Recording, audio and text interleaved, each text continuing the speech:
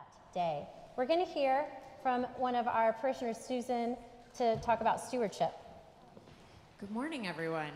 My name is Susan Shingledecker. I am a parishioner, and I am also a parent of a school alum and a current 7th grader, so it's good that I got this week, I guess. I've been asked to give stewardship talks over the years, and I was really trying to think about how do I evolve my talk as our relationship with church has evolved. And I was recalling a number of years ago, I talked about kind of this evolution that our family had made from moving to making a decision 52 times a year on Sunday morning, are we going to go to church or not, to making a decision once a year that we as a family go to church on Sunday, right? And we live into that decision. And as those of you who know us pretty well, we usually sit in this part at 10 o'clock. And if you've seen lately, that decision has gotten the decision hasn't gotten harder, but it's been a lot harder to live into it as a parent of a now 16-year-old and a 12-year-old, and our family is running in different directions all of the time. But I think about the foundations that we have built, and while my kids and my family are not always here together, we're here whenever we can be. And I believe that we've laid the foundation in our children over the years. And that foundation is represented to me in community, right? In the community that is this place. It's a community where little kids who played in the nursery together are now planning a pilgrimage together. And they're gonna go without me to Europe. And that came from this community in this church. It is a school that has nurtured and challenged my kids and was here for us when we needed it most.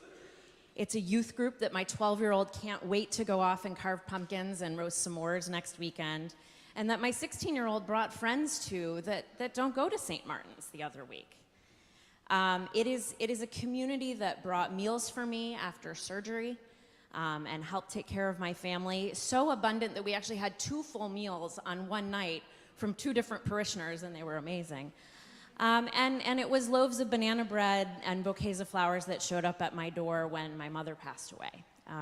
It is actually a little strange jar of sourdough starter that is sitting on the table in the narthex that I did not pick up after the 8 o'clock service from another parishioner as he's teaching me how to make bread, right?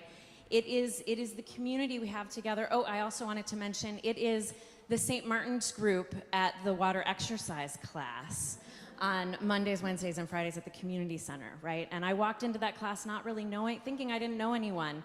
And there were all these St. Martin's parishioners there to welcome me. And so community is what is so important, and community can be a word that gets thrown around a lot. And I just started watching a new documentary called Join or Die, kind of a dire title. It just came out on Netflix if you haven't seen it yet, about the importance of community in our world and how our world is a less great place when we aren't in community with one another. So to me, like, I can't put a price on the community that is St. Martin's, right? There is no pledge I could make that can equal the value I get back from this community.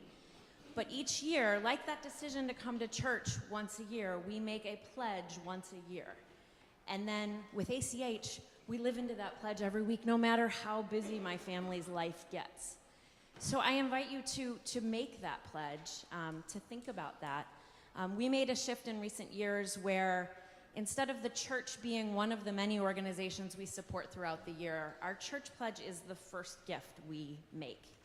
It is the largest gift we make. And then the other things come along after that. So I invite you to join me in this community and join me in making a pledge. Thanks.